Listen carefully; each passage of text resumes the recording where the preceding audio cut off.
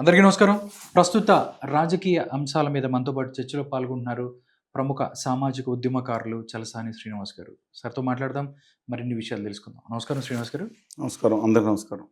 శ్రీనివాస్ గారు, ఆంధ్రప్రదేశ్‌లో చాలా సమస్యలు ఉన్నప్పటికీ ప్రశ్నారావణ్ కులమేంటి?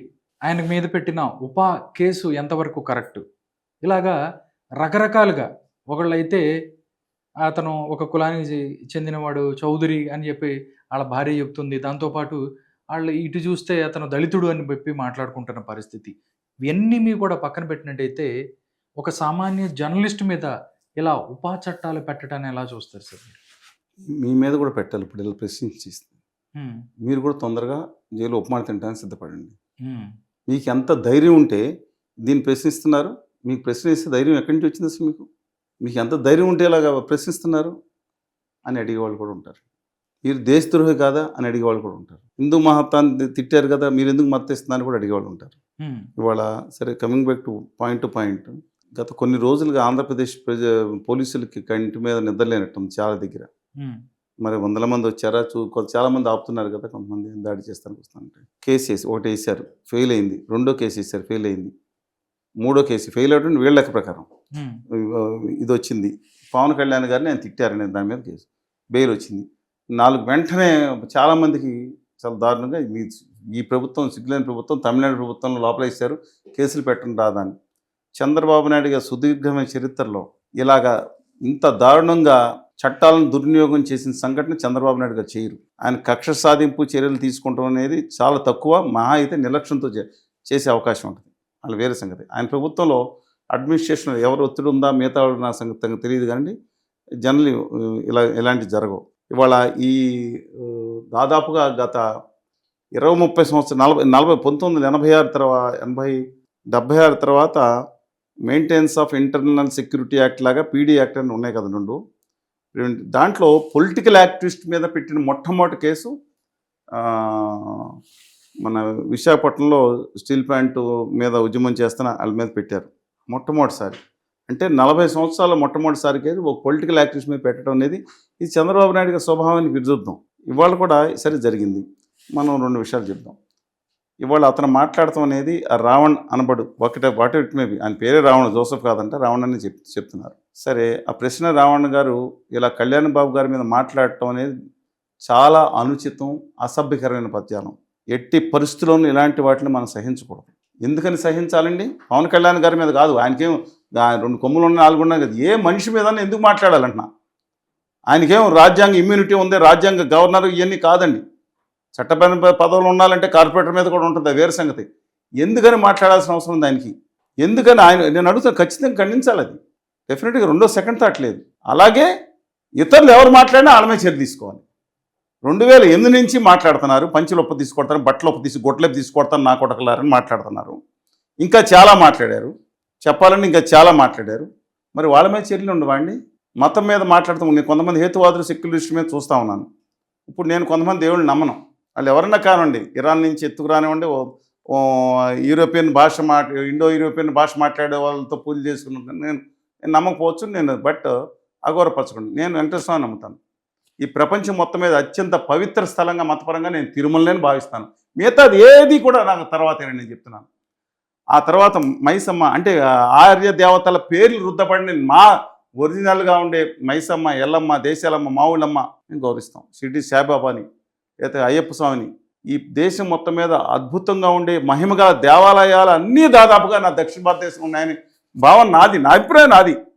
మహిమగల దేవతలు, దేవుళ్ళు కూడా ఇక్కడే ఉన్నారనేది నా భావన నాది. ఇంకొకళ్ళని అగౌరవపరుస్తాను, నేను వ్యక్తపరిచే హక్కు నాకుంది. సరే, ఇలా ఉంటే ఈ మధ్యన హేతువాదులు అనబడే కొంతమంది హేతువాదం అబ్సల్యూట్లీ నథింగ్ రాంగ్ అండి. మిగతావాడిలాగా దేవుడు లేదని మాట్లాడే హక్కు వాళ్ళకు ఉంది. అవమానకరంగా మాట్లాడకూడదు తప్ప. ఎలా ఉందో దేవుడు పాలు ఎలా తాగాయని మాట్లాడే ఉన్నారు, వాళ్ళు కూడా మాట్లాడే హక్కు ఉంది. మూఢనమ్మకాలను వ్యతిరేకించే హక్కు ఉంది. కానీ వీళ్ళు అంటే ఒక మతం మీద మాట్లాడటం అనేది తప్పు. కానీ ఈయన మాట్లాడినట్టు వీడియో వచ్చింది, తల తొక్క తీసేసి మధ్యలో పెట్టారు. ఇప్పుడు మీరు మొన్న నన్ను అడిగారు, మీరు జగన్ దుర్మార్గుడు లేదా పాపాత్ముడు అని మీరు ఏదో ఇలా వ్యాఖ్యలు వచ్చి అడిగారు. నేను అలా మాట్లాడతాను. మీకు మాట కట్ చేసేసి ఆ మాట కట్ చేసి దాని మీద ట్రోలింగ్ చేస్తే ఏమనుకుంటారండి? హిందూ మతంలో ఇలా కూడా ప్రశ్నలు వస్తున్నాయి, ఇలా అవతలాలు ప్రశ్నిస్తే ఇలా ప్రశ్నిస్తే అవతలాలు ఇలా ప్రశ్నిస్తారు, అది సరికాదు అని మాట్లాడితే కట్టు చేసేసి హిందూ మతాన్ని తిడుతున్నారంటే 10 లక్షల మంది 50 లక్షల మంది చూస్తున్నారు. హిందూ మతం ఎవరికైనా కాపీరైట్ ఉందా? అది గొప్ప మతం. ప్రపంచంలోనే మూఢనమ్మకాలు వదులుచుకుంటూ అభ్యుదయ భావాలు పుణికిపుచ్చుకుంటూ ఆధ్యాత్మికతే అలంబనగా అనంత గోదావరి గంగా ప్రవాహంలో సాగే గొప్ప జీవన విధానం ఈ ప్రపంచంలో మన హిందూ మతం. ఉత్తరాది సనాతన మనువాదం అనేది వేరు. హిందూ మతం నాకు అర్థం కాంది. సరే జరిగిపోయింది. ఇప్పుడు ఆయన మీద కేసు పెడతా ఉన్నారు. ఆఖరి తిడతా ఉంటే తీసుకొచ్చి ఏకంగా మీరు చెప్పిన కేసు పెట్టారు. దేని మీదండి? ఆయన ఉగ్రవాద వ్యతిరేక చర్యలు, హెడ్మా ఎన్కౌంటర్ని ఆయన సమర్థించారని చెప్పి, ఎన్కౌంటర్ని సమర్థించలేదు, వ్యతిరేకించారని చెప్పి. అదే హెడ్మా చనిపోవటాన్ని ఆయనకి శ్రద్ధాంజలి ఘటించాడని చెప్పి. సరే, ఎవరు మనిషి చనిపోతే మనిషి ఘటించాడని తర్వాత సంగతి అండి. అంటే ఉగ్రవాదులకు కూడా హక్కులు ఉంటాయి కదా అంటాడు. సరే, ఆయన అందరూ అన్నారు ఇవాళ చాలా శక్తులు ఉన్నాయి. ఇప్పుడు మహాత్మా గాంధీని చంపిన వాళ్ళని ఏమంటారండి? హంతకులు కాదా? శిక్ష పడింది కదా. హంతకులు కాదా అని అడుగుతున్నా నేను. అతను కాదు, మహాత్మా గాంధీ దుర్మార్గం నీచుడని రోడ్డు మీద పోస్టులు పెట్టుకున్న వాళ్ళు ఏమంటారు? నెహ్రూ గారికి అక్రమ సంబంధాలను కడితే ఆయన లేవా? ఎంత పొద్దున్న లేసి సాయంత్రం వరకు కేసులు ఉండవా? కమలా నెహ్రూ గారికి మిగతా అందరికి నీచి నికృష్టంగా ట్రోల్ చేస్తుంటే గత 20 సంవత్సరాల నుంచి పొద్దున్న సాయంత్రం కేసులు ఉండవా? చంద్రబాబు నాయుడు గారిని వాళ్ళ మిస్సెస్ని దుర్మార్గంగా అనుచితంగా దుర్మార్గంగా మాట్లాడితే ఏముండవా? జగన్మోహన్ రెడ్డి గారిని తల్లి పేరు పెట్టి తిడతా ఉంటే అనంతపూర్లో ప్రభాకర్ రెడ్డి గారి నాయకుడు తర్వాత ఏం మాట్లాడి తర్వాత సంగతి ఇబ్బంది ఏం అనబడతాండి? నడి బజార్లో మీటింగ్లో కూర్చుని కళ్యాణ్ బాబు గారి తల్లిని తిడితే దాని మీద కేసులు ఉండవా? సరే, ఇవన్నీ పక్కన పెట్టి వీళ్ళ ఫ్యాన్స్, వీళ్ళ పార్టీ వాళ్ళు కనపడిన వాళ్ళు కనబడి కింద ఇదిగో ఈ వీడియోల కింద తిడతా ఉంటారు కదా, వీళ్ళ బూత్లు వీళ్ళ మీద కేసులు ఉండవా? నేను అడుగుతున్నాను, వీళ్ళ మీద కేసులు ఉండవా అని అడుగుతున్నాను. వీళ్ళ ఫ్యాన్స్ని వీళ్ళు కంట్రోల్ చేయలేరు, ఇలా పార్టీ అభిమానులు కంట్రోల్ చేయలేరు, వీళ్ళు ఎవరైనా తిట్టొచ్చు, వీళ్ళకి మాత్రం ఎత్తి మీద 4 కొమ్ములు ఉన్నాయండి. మీరు మాట్లాడితే తప్పు, మిమ్మల్ని 10 సార్లు ఒక నాయకుడు తిడితే అది ఏమన్నా ఇమ్యూనిటీ ఉంటుందా? ఆ రావణ్ చేసిన పదజాలం ఏదైతే ఉందో నిర్ధారణంగా ఖండిస్తుంది, సెకండ్ థాట్ లేదు దాంట్లో. కానీ అంతకన్నా 10 సార్లు ఎక్కువ తిట్టినాల మీద ఉండదా అండి? నాకు అర్థం కావట్లేదు. హిందూ దేవతల మీద కామెంట్లు చేశాడు, రాముడిని. అదే చూశాను. అది ఎవరు చేసినా తప్పే. హిందూ దేవతల మీద హిందూ అనేది దౌర్భాగ్యం అని ఎవరన్నారు? ఒక స్వామీజీ అని పేరు పెట్టుకున్నాను, హిందూ పదం అనేది దౌర్భాగ్యం. నేను మనసు గాయపడింది. ఏం చేయాలి? మా సమ్మక్క సారక్కని వెరీ బ్యాడ్ అన్న వాళ్ళు పూజించడం బ్యాడ్, ఆ దేవతలు అనే విధంగా మాట్లాడిన వాళ్ళు స్వామీలు ఎందుకు మాట్లాడలేదు? నేను గౌరవిస్తాను. వాళ్ళ దేవుడు వాళ్ళ గొప్పవాడే ఉంటాడండి. మేము పూజించే సమ్మక్క సారక్కల్ని దుర్మార్గంగా అవమానించిన వాళ్ళని ముట్టుకోరా? దేవుళ్ళకి కూడా వర్గాలు ఉంటాయా? క్షత్రియ శూద్ర వైద్య అని వర్గాలు ఉన్నాయి. మేము పూజించే సమ్మక్క సారక్క అటవీ దేవత అయితే ఏమైంది? ఉన్నతంగా చూస్తాం. తప్పేంటండి? అంటే ఎక్కడో ఇరాన్ నుంచి వచ్చిన ఆ పూజలు అందుకునే వాళ్ళకి ఒకటిను, మైసమ్మకు ఒకటినా? అతను కాదు, అందరూ మాట్లాడిన తప్పే కదా. ఎవరు మాట్లాడినా అడుగుతున్నా ఉన్నాండి, తప్పే కదా. అంటే ఒకళ్ళకి న్యాయం, ఇంకొకరికి న్యాయం ఎట్లా ఉంటుంది? అంటే ఇప్పుడు ఇవాళ అర్థమైపోయింది. ఆయన మీద, కళ్యాణ్ బాబు గారి మీద మాట్లాడిందమే కేసులు చెల్లట్లేదు కాబట్టి ఈ కేసు ముందర పెట్టారా? 102 కేసులు అంట, 10 సంవత్సరాలు జైల్లో ఉంచుతారంట. రేపొద్దున ఎవరికైనా అదే పరిస్థితి కదా. నేను అడుగుతున్నానండి, అతను మాట్లాడతాను అవుట్రేట్, 3సారి చెప్తున్నా, అవుట్రేట్ ఖండిస్తున్నాం. అతను కాదు, ఎవరు మాట్లాడినా. సారీ, 2020లో అమరావతి విషయంలో ఏదో అని మా మీద కేసులు పెట్టారు.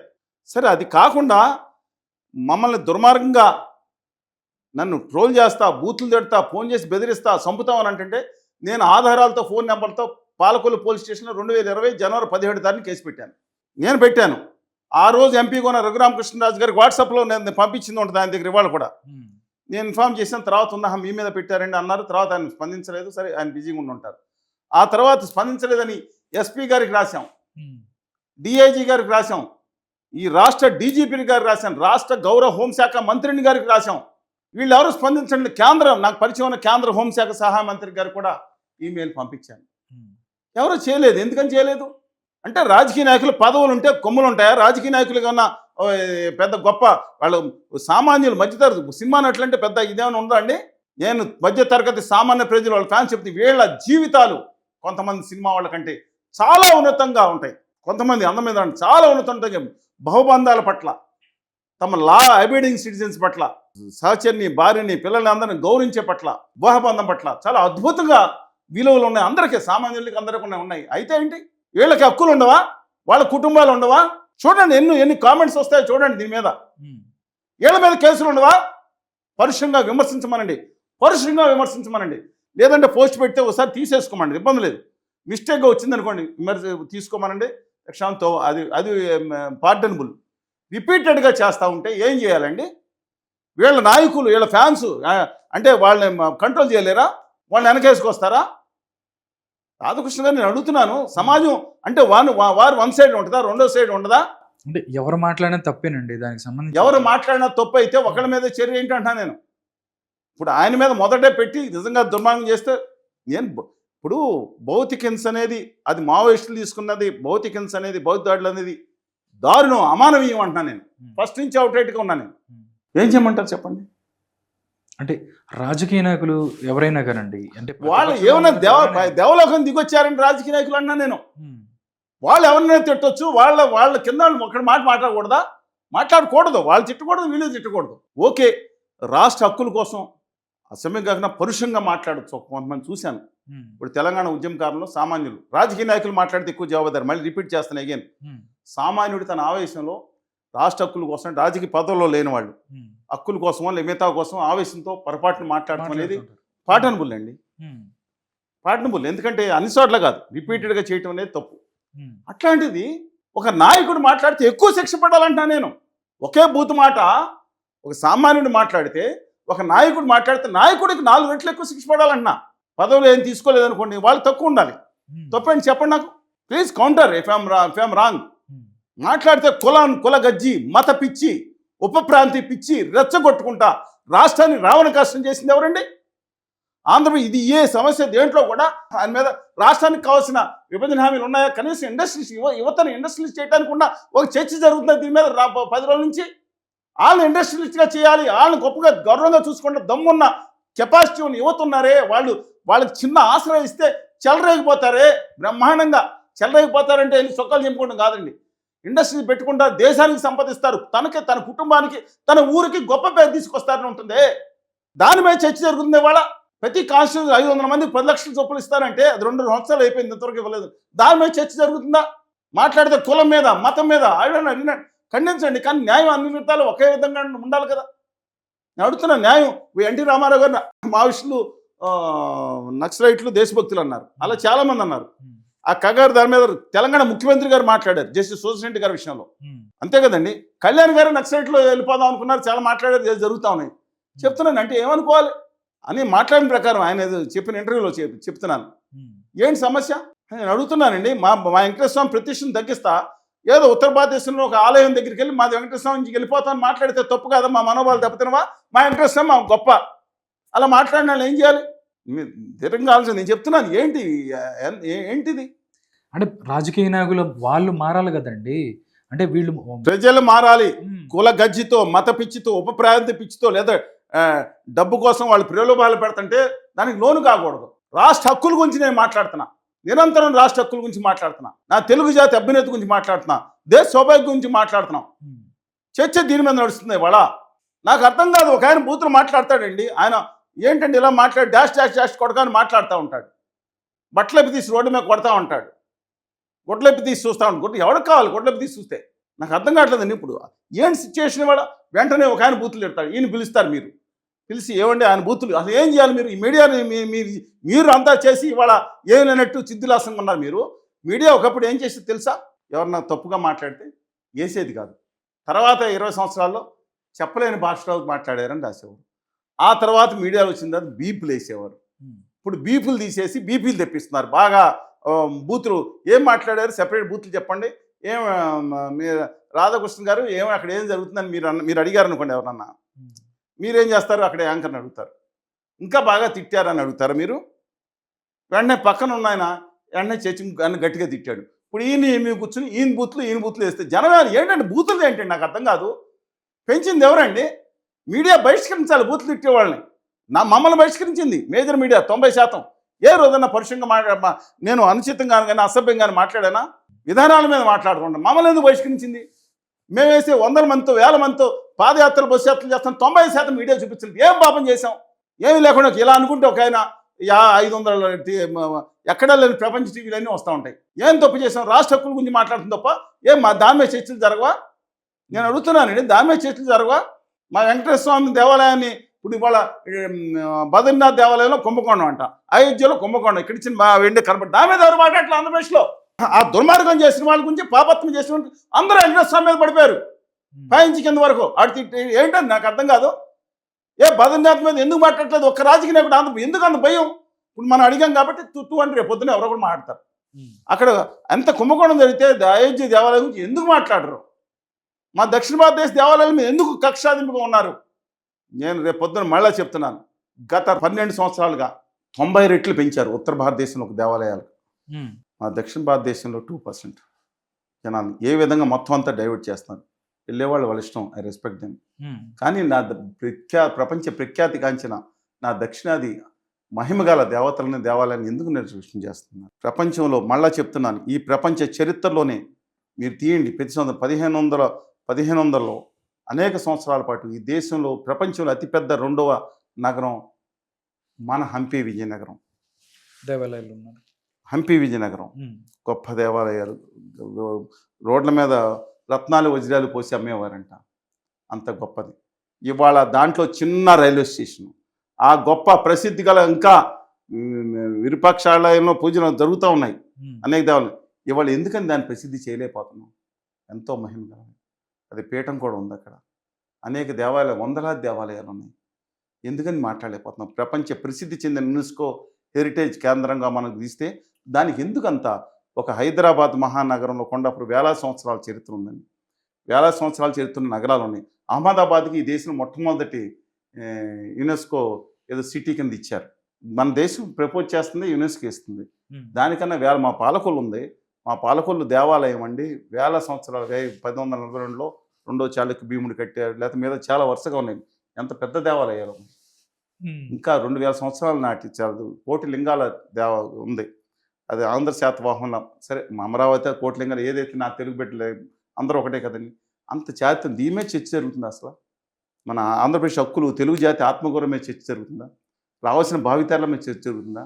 మీరు కూడా చర్చ పెట్టారు. బికాజ్ తప్పదు, ఎందుకంటే because of contemporary issues. To summarise all these things, my humble request అండి, దయచేసి అనుచితంగా మీరు అసభ్యంగా మాట్లాడుతున్న తప్పు. ఎవరన్నా వాళ్ళు ఏదో మాట్లాడితే మీరు మాట్లాడితే ఇంక వాల్యూ ఏమో? మీకు వాళ్ళు మీరు ఒకటే కదా. ఆయన దుర్మార్గం చేస్తే ఆ బూత్లను తిడితే మీరు దుర్మార్గం చేసాడని తిట్టొచ్చా? ఒక ఆయన మిమ్మల్ని తిట్టాడనుకోండి, మీరు 100 రెట్లు ఎక్కువ తిట్టాలి, తిట్టకూడదంటే మీనింగ్ ఏంటండి? ఇది తప్పు అంటున్నా నేను. ఓకే, ఇది మంచిది కాదు. దయచేసి ముందుగా ఈ కింద ఫేస్బుక్, వాట్సాప్, వీటిలో ఉంటాయి కదా, ఈ సోషల్ మీడియాలో, యూట్యూబ్లో కింద ఏదైతే అసభ్యంగా వ్యాఖ్యలు చేసే వాళ్ళ మీద కనీసం ఒక 5,000 మందిని మీద ఖచ్చితమైన చర్యలు తీసుకుంటే మిగతా వాళ్ళు జాగ్రత్తగా ఉంటారు. లేకపోతే ఫోన్ ఒకటి దొరికింది అని చెప్పి ఇష్టం వచ్చినట్టు మహిళా యూట్యూబర్స్ సహా అనేక మందిని, వాళ్ళు ముఖ్యమంత్రులు ఎప్పుడు విమర్శించండి. ప్రధానమంత్రి దుర్మార్గం చేస్తుంటే మొత్తం దేశానికి కొన్ని క్యాపిటలిస్టులు మాట్లాడండి. చంద్రబాబు నాయుడు గారి పాలన దుర్మార్గం కానీ, జగన్మోహన్ రెడ్డి గారి పాలన కానీ, కళ్యాణ్ బాబు గారి పాలన జరుగుతుంటే గట్టిగా విమర్శించండి, తప్పులేదు. మీరు రాష్ట్ర హక్కుల కోసం పరుషంగా కూడా మాట్లాడండి. కానీ అసభ్యంగా కుటుంబాల పేరు మీద దుర్మార్గం చేయటం ఇది చాలా అనుచితం, దుర్మార్గం. ప్రజల యొక్క దాన్ని డైవర్షన్ చేసే సిస్టమ్. శ్రీనివాస్ గారు, మరో అంశం ఏంటంటే రాజధానుల ఆట ఆడుతున్నారు ప్రతిపక్ష దాంతోపాటుగా ప్రభుత్వం వాళ్ళు. అంటే ప్రభుత్వం ఆంధ్రప్రదేశ్ ఏకైక రాజధానిగా అమరావతి అంటే జగన్మోహన్ రెడ్డి గారు మాత్రం మావిగన్ అని చెప్పి ఒక కొత్త పేరు, వింత పేరు తీసుకొచ్చి ఏదో కామెడీ ఏదో చెప్పారనుకుంటే, అది ఇప్పుడు 2029కి సంబంధించి ఎలక్షన్ ఎజెండా కూడా అదే అని చెప్పి మాట్లాడుతున్నారు. ఏంటి ఈ ఆట? అసలు అభివృద్ధో లేకపోతే మిగతా దాని గురించి మాట్లాడటం వదిలేసి ఈ రాజధానులు గోలేంటి? ఏది రాజధాని అయితే ఎవరికి ఒరిగింది ఏంటి? ప్రజలు దీని మీద నిస్సహాయంగా ఉన్నారు. వాళ్ళు దీని మీద అసలు ఏం జరుగుతుందో తెలియని అయోమయ పరిస్థితిలో ఉంటున్నారు. ఏం చెప్తారు సార్? జగన్మోహన్ రెడ్డి గారిని మీరు అనవసరంగా అపార్థం చేసుకోండి. ఎందుకంటే మాట మార్చడం కానీ, మడం తిప్పడం కానీ, నిమిషానికి ఒకటి మాట్లాడటం కానీ అది ఆయన దగ్గర లేదని వాళ్ళ అభిమానులు చెప్తూ ఉంటారు. దేనికైనా సిద్ధం, ప్రాణాన్ని అర్పిస్తారు కానీ మాటలు మార్చే తత్వం లేదు. బహుశా రాజశేఖర రెడ్డి గారి గురించి, రాజశేఖర రెడ్డి గారు అయితే కొన్ని విషయాల్లో 90% ఆయన ఇచ్చిన ఒక మాట ఇస్తే ఆయన నిలబెట్టుకుంటారనేది చాలా గట్టి నమ్మకం ఉంది. నిజం కూడా. హామీలు కొన్ని ఇవ్వచ్చు కానీ వ్యక్తుల విషయంలో కూడా స్నేహితుల విషయంలో ఎంత దూరం వెళ్తాడు ఆయన. ఫ్యాక్ట్ అది. ఉమ్, ఒకసారి మైనస్ ఉండొచ్చు, ఒకసారి ప్లస్ ఉంటుంది. వ్యక్తిగతం అది అది జనం అనుకున్నారు రాజశేఖర రెడ్డి గారి కొడుకు కాబట్టి ఆ విధంగానే మాట మార్చుకుని ఉంటారు. రాజశేఖర రెడ్డి గారు అసెంబ్లీలో అప్పుడు జరుగుతున్న డిస్కషన్స్లో కంతెటి సత్యనారాజు గారు, చక్రపాణి గారు ఇద్దరు మంచి మిత్రులు ఉన్నారు. ఉమ్, వారిద్దరూ గట్టిగా వాళ్ళ పేరే కౌన్సిల్ సత్యనారాజు కౌన్సిల్ చైర్మన్ ఎవరు, ఉమ్. కౌన్సిల్ చక్రపాణి గారు చేశారు. చక్రపాణి గారు తెలుసు. మంచి నాయకుడు, కర్నూలు జిల్లాకు సంబంధించిన సత్యనారాయణ గారు మా ఊరు. ఉమ్, ఆ, అప్పుడు రాజశేఖర రెడ్డి గారు ఒక హామీ ఇచ్చారు, కమ్ వాట్ నేను శాసనమండలి పెడతాను. మళ్ళీ వెనక్కి వెళ్ళి తిప్పొచ్చి అన్న మాట మీద శాసనమండలి పెట్టాడు. దమ్మున్న ఎన్టీఆర్ని శాసనమండలి తీసేస్తా అన్నాడు. మనకు ఎక్కువ చేస్తే ఇంక మొత్తం అంత క్వశ్చన్ లేదు, తీస్తానంత నేను బతికుండగా పెట్టడానికి వీలేదన్నాడు. పెట్టడం లేదన్న. వాళ్ళు మాట మీద నిలబడే మనుషులు, మడని తిప్పని మనుషులు. ఎన్టీఆర్ గారు అయితే దానికోసం ఎంతన్నా అంటే పదవి పోగొట్టుకున్నాను కూడా మాట మీద నిలబడేసింది ఉండే మనిషి వేరే. ఇవాళ జగన్మోహన్ రెడ్డి గారు అలా మేము అందుకని సీక్వెన్స్ చెప్తాను. ఉమ్, ఇవాళ సజ్జల రామకృష్ణ రెడ్డి గారు ఒక సకల శాఖ నేను స్టేట్మెంట్ ఇచ్చారు. ఉమ్, మేము అసలు మొత్తం డెవలప్ చేయాలనుకుంది దోనకొండ 50,000 ఎకరాల్లో తీసుకుని ఇంకొక 50 ఎకరాలు అని చెప్పి కొత్తగా నేను ఇచ్చారు. అంటే మొట్టమొదటి వీళ్ళ రాజధాని వీరు అనుకుంది బహుశా దోనకొండ. ఉమ్, తెలుసు కదా మీకు. అవునండి. దోనకొండ నుంచి అడవుల్లో అక్కడంతా పెడదామని అనుకున్నట్టున్నారు. దానికి నేషనల్ హైవే కనెక్టివిటీ డైరెక్ట్ లేకపోయినా, ఉమ్, వాటర్ ఇబ్బంది ఉన్నా సరే, మిగతా ఏం లేకపోయినా సరే వాళ్ళు అనుకున్నారు. ఆ తర్వాత దట్ స్టాండ్ 1 సంఖ్యలు గుర్తుంచుకోవాలి. మళ్ళీ చెప్పండి సార్. ఉమ్, ఒకటి ఉమ్, దోనకొండ, ఉమ్, రెండోది మేమందరం యాక్చువల్గా రాజమండ్రి రాజధాని అని మా రాజుగారు అందరూ రాశారు మా ఫోరం తరఫున. ఉమ్, రాసినప్పుడు మేము రాజమండ్రి అన్ని విధాలుగా మంచి సైడ్ అంటే జగన్మోహన్ రెడ్డి గారు బయటకు వచ్చి సెంటర్ ఆఫ్ ద స్టేట్ అన్నారు. Donakonda center of the state అంటే number 2 um, center of the state ఉండాలి. 30,000 ఏకర్స్ ఉండాలి. Of course government um, center of స్టేట్లో 30,000 ఎకరాలు ప్రభుత్వ ల్యాండ్ దొరికింది ఆ సెంటర్లో. ఉమ్, తర్వాత థర్డ్ యాంపుల్ వాటర్ అన్నారు. గుర్తుంచుకోండి 3. ఇది రెండో స్టాండ్. ఇక చంద్రబాబు నాయుడు గారు ఈయన 30,000 అంటే నా కెపాసిటీ ఏంటి, నేను అంత సీనియర్ మోస్ట్ 40 years ఇండస్ట్రీ అని పొద్దున్న వేస్తే మాట్లాడతారు కదా. ఉమ్, ఈయన 30,000 అంటే నాకు లక్ష లేకపోతే ఎలా ఉంటుంది, 53,000 మన అయింది, ఇంకో 30,000 నాకు పెడతా గాల్లో పెట్టుకుంటే వెళ్ళిపోతుంది ఈయనతో కంపారిజన్. ఆయన 30,000 అంటే నేను 50 ఆయన లెక్క అయింది. ఇది అయిపోయిన తర్వాత జగన్మోహన్ రెడ్డి గారు అక్కడి నుంచి సెంటర్ ఆఫ్ ద స్టేట్ అంటే కొంచెం అటు ఇటు విజయవాడ అనుకోవచ్చు, విజయవాడ పరిసర ప్రాంతాన్ని మాట్లాడతారు. థర్డ్ అమరావతికి సపోర్ట్ చేస్తాను. మూడో స్టాండ్ అది. ఉమ్, మూడో స్టాండ్ అమరావతి మాట తప్పింది. సరే మంచి మేము అనుకున్నాం మా ఆశల మీద కనీసం ప్రతిపక్షం అన్న రాజమండ్రి అంటే బాగుండేది. ఉమ్, ఈయన కూడా వెళ్ళి అందరూ దాంట్లో చేసి అందరం ఏం చేస్తాం, అందరూ ఒప్పుకున్నాం, అన్ని పార్టీలు ఒప్పుకున్నాం, ఏకగ్రీవంగా అసెంబ్లీ ఒప్పుకున్న తర్వాత ఇంక అయిపోయింది అది. మళ్ళీ అని సరే కానివ్వండి అన్నాం. కానీ దాంట్లో ఆ రోజు నుంచి ఈ రోజు ఒకటే చెప్తున్నాం, పారదర్శకంగా అన్ని వర్గాల నివాసం ఉండేటట్టు, ఓన్లీ క్లాస్ సొసైటీ కదా, అన్ని వర్గాల నివాసం ఉండేటట్టు పారదర్శకంగా హరిత రాజధాని చేయాలి, సమాంతరంగా ఇచ్చేప్పుడు హిందూపురానికి అభివృద్ధి చేయాలి. మా మాట మార్చలేదు. పేట్లు తిరగటం, మాటలు తిప్పటం, మడాలు తిప్పి డ్యాన్సులు చేయటం ఇలేవండి. ఈ వెంటనే అయిపోయిన తర్వాత పాపం ఆయన తెలుసు కదా దాని మీద నేనే కట్టుకుంటున్నాను అక్కడని ప్రకటించారు. అవును. నేనే ఇల్లు మిగతా కట్టుకున్నాను, వాళ్ళకి ఇల్లు లేవు, నాకు నేను మాత్రం కాపురం ఉంది. కూడా షిఫ్ట్ అవుతున్నాను ఇక్కడ, ఉమ్, వాళ్ళకి ఇల్లే లేవు, అమరావతిని బ్రహ్మాండంగా డెవలప్ చేస్తాను. జనం నమ్మట్లేదేమోనని డౌట్ వచ్చింది ఆయనకి. ఉమ్, అసలు మాట తిప్పని మడం తిప్పని మనిషి నేను 2 సార్లు ఆల్రెడీ మార్చారు కదా, 3వ సారి మాట అంటున్నారని చెప్పి వెంటనే చెవిరెడ్డి భాస్కర్ రెడ్డి గారు, రోజా గారు, పేరు నాని గారు, ఉమ్, తర్వాత ఆర్కే గారు వీళ్ళందరినీ దింపారండి. వాళ్ళందరూ మాట్లాడి గట్టిగా స్టేట్మెంట్ ఇచ్చిందా జనం 99% నమ్మారు. నమ్మారు. ఆ 1% నమ్మటం కష్టం అని చెప్పి ఆయన ఉమ్మారెడ్డి వెంకటేశ్వర దింపేశారు. మేనిఫెస్టో ఇప్పుడు మీరు అవును. మేనిఫెస్టో కమిటీ చైర్మన్తో రాజధాని ఇక్కడే ఉంటుందని మొత్తం స్లాబ్ వేయించారు.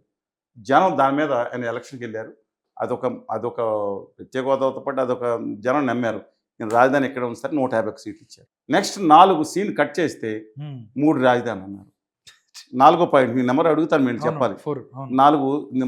3 రాజధాని అన్నారు. ఉమ్, అసలు ఒకే చోట కేంద్రీకరించడం ఏంటి అని, రాజధాని ఒకే చోట పెడతాం ఏంటి ఇంత పాపులేషన్లో. విశాఖపట్నం ఆల్రెడీ 25 లక్షల పాపులేషన్. ఉమ్, ఈ మొత్తం 29 గ్రామాలు 1,00,000 కూడా పాపులేషన్ లేదు. ఇప్పుడు చంద్రబాబు నాయుడు గారు కలిపే ఇంకో 10 గ్రామాలు కలుపుకుంటే 1,25,000 కూడా ఉండదు, 1,40,000. ఉమ్, మొత్తం గ్రామాల జనాభా ఇది ఉజ్జాయింపుగానండి. ఉమ్, ఆయన మొదలుపెట్టారు. అండ్ 4వ స్టాండ్ ఏంటి, 3 రాజధానులు. దాంట్లో కర్నూలు న్యాయ రాజధాని అన్నారు. 5వ స్టాండ్ ఏంటి, కర్నూలు రాజధాని ఎత్తేసారు ఈయన అఫిడవిట్లో. 5వ పాయింట్ ఉమ్, కర్నూలు రాజధాని మేము తీసేసాం. ఎందుకు తీసేశారు తెలియదు, కోర్టుకి ఇచ్చారు. మాకు న్యాయ రాజధాని మేము హైకోర్టు షిఫ్ట్ చేయట్లేదని. మళ్ళీ తర్వాత అది అయిపోయింది. ఉమ్, ఆ తర్వాత ఆయన దాని మీద ఓటింగ్ వెళ్ళారు. విశాఖపట్నం రాజధాని ప్రకటించారు. ఎలక్షన్కి వెళ్ళారు. ఉమ్, జనం 11 సీట్లు ఇచ్చారు. తప్పలేదు. ఓటమి దాని గురించి మనం అవును, హెల్ప్ చేయాల్సిన ఓడిపోవడం, పని లేదు. 39.37% స్ట్రాంగ్ లీడర్ ఆయన. ఎందుకంటే వచ్చిన తర్వాత మళ్ళీ ఆరోదండి సజ్జల రామకృష్ణారెడ్డి గారు ప్రకటించారు. ఏంటి రాజధాని అంటే ఇంక రాజధాని అమరావతి కదా అని ప్రకటించారు. 6 స్టాండ్ తీసుకోండి మీరు. నేను అడుగుతున్నాను.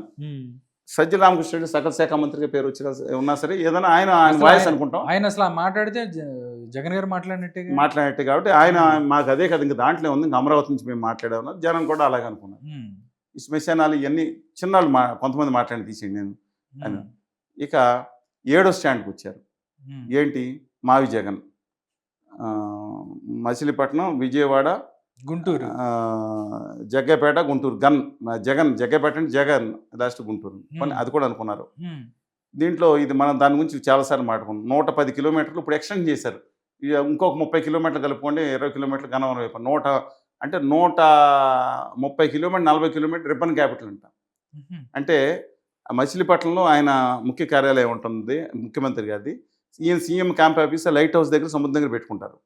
ఆ తర్వాత మధ్యదారిలో కొంచెం 10 కిలోమీటర్లు వస్తే హెచ్ఓడి ఏది ఇండస్ట్రీస్, మళ్ళీ అక్కడ కంకిపాటి దగ్గర ఇంకో హెచ్ఓడి, ఆ పక్కన ఇంకో ఊరి దగ్గర హెచ్ఓడి, ఇవన్నీ చూసుకుంటా అక్కడంతా మనం అంటే బయలుదేరితే మధ్యలో భోజనాలు అన్ని దబాలని చూసుకుని విజయవాడ వచ్చిన తర్వాత హైకోర్టులో విజయవాడ ఉంటుంది అనుకుంటా.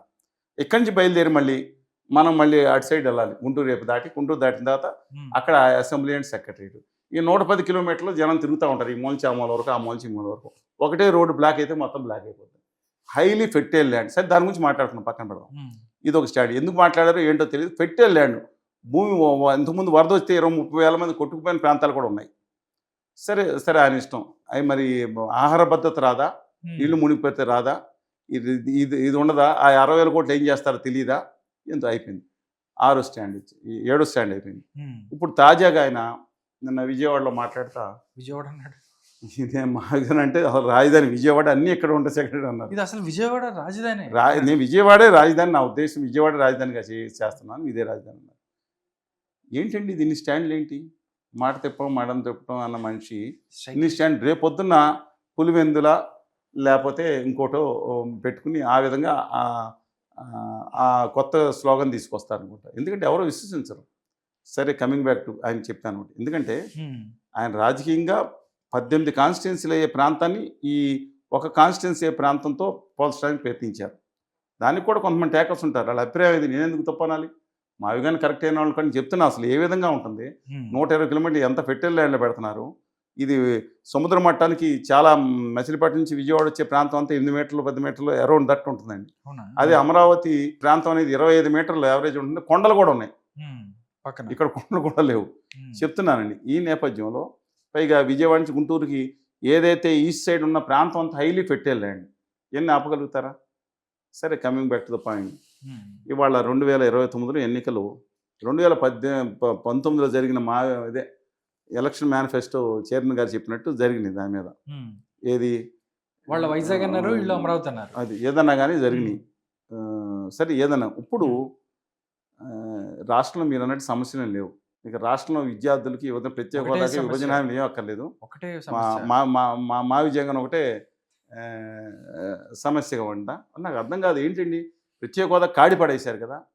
మాట తప్పి మడం తిప్పిన చరిత్ర ఎవరికైనా ఉందంటే డెఫినెట్గా జగన్మోహన్ రెడ్డి గారు కూడా ఇంతకుముందు చంద్రబాబు నాయుడు గారికి ఉండేది. No doubt in that, come whatever ఉండేది.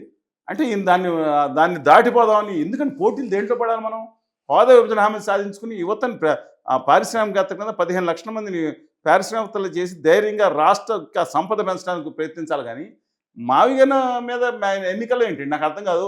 ఆ రాహుల్ గాంధీ గారు 1 కోటి రెట్లు బెటరు. నేను అధికారంలోకి వస్తే మొట్టమొదటి దేశ స్థాయిలో పెట్టుబడి మొట్టమొదటి సంతకం ఆంధ్రప్రదేశ్ ప్రత్యేక హోదా అని చెప్పిన అన్న మనిషి నేను ఆయనకి నమస్కారం పెట్టాలి. రాష్ట్రం కోసం, నా దేశంలో ఉన్న పార్టీ ప్రతిష్ట అంతా రాష్ట్రం కోసం, ఒక రాష్ట్రం కోసం తన తల్లి తప్పు చేసిందని ఆ తప్పు తెలుసుకుని న్యాయం చేయాలి. తప్పు తెలియదు అంటే రాష్ట్ర విభజన కాదు, విభజనలో అన్యాయం జరిగిందని ఆంధ్రప్రదేశ్కి అని జరుగుతుంటే ఈయనేంటండి మావిగాని అంటారు? అసలు రాష్ట్రంలో సమస్య లేవా? భావితరాలు లేవా? భవిష్యత్తు లేవా? నీటిపారుదల సమస్య లేవా? యువత ఉపాధి లేదా? ఇవాళ జరుగుతున్న ఈ రాష్ట్ర ప్రభుత్వం చేస్తున్న అవినీతి కార్యక్రమాలకు ఉన్న దాని మీద కూడా మాట్లాడలేదా? అసలు పోలవరం పక్కన పడేసే దాని మీద కాదా? విశాఖపట్నం ఉక్కు కర్మాగారం కాదా? కడప ఉక్కు కర్మాగారాన్ని తీసుకుని వీళ్ళకి చేసి ఆఖరికి రామాయపట్నం పోర్టుని ప్రైవేటైజ్ చేస్తున్న దాని గురించి కాదా? ఎంపవర్మెంట్ కాదా? రైతులు కాదా? మహిళల సమస్యలు కాదా? మావిగాని అది ఎవడికండి నాకు అర్థం కాదు. ఇవాళ ఆయన సైలెంట్గా ఉంటే మళ్ళీ చెప్తున్నాను, సైలెంట్గా ఉండి ప్రభుత్వ దాని మీద మాట్లాడుకుని కక్ష సాధింపు పక్కన పెట్టి ఆయన నేను నిలబడతాను, నేను మారుతాను, ఆంధ్రప్రదేశ్కి హోదా విభజన హామీ తీసుకొస్తానంటే తిరిగి అధికారంలోకి వచ్చే ఛాన్స్ ఖచ్చితంగా ఆయనకు ఉంది. నేను చెప్తున్నాను 39.37% తక్కువ కదని అఫీషియల్గా గవర్నమెంట్ ప్రత్యేక హోదా ప్రతిపక్ష నాయకుడు హోదా ఇవ్వకపోయి ఉండొచ్చు, కానీ స్ట్రాంగ్ లీడర్. ఇవాళ అది పక్కన పెట్టి రప్ప మీద దీని మీద పడితే అసలు ఎలక్షన్ మేనిఫెస్టోలో పైన రప్ప ఉంటుంది. నవ్వుతారేంటండి? కాదు సార్, రప్ప వీళ్ళు పెడుతున్నారంటారా? అది కాదండి, తప్పేంటి? పాపం సినిమా అంటే బాగుండు క్యాచీగా ఉంటుంది అనుకుంటారు. ఏమవుతుంది, మిడిల్ క్లాస్ పీపుల్ రాష్ట్రంలో, ఆంధ్రప్రదేశ్ రాష్ట్రంలో ఇప్పుడు కింద విజిల్ బాయ్స్ వాళ్ళు తిట్టే బ్యాచ్ ఉంటుంది, దీని కింద 5% ఉంటారు వీళ్ళు. మిగతా వాళ్ళు ఆ వైఎస్ఆర్ కాంగ్రెస్ పార్టీలో కూడా చాలా విద్యుత్ ఉన్న వాళ్ళు ఉన్నారు. ఓట్లే అందరినీ మనం ఎందుకు అంటామండి. అలాగే తెలుగుదేశం ఉన్నారు, ఉత్తర భారతీయ జనతా పార్టీలో కూడా 0.1% ఉంటారు ఓట్లేసిన, ఆ పార్టీకి ఓటేసినాడు.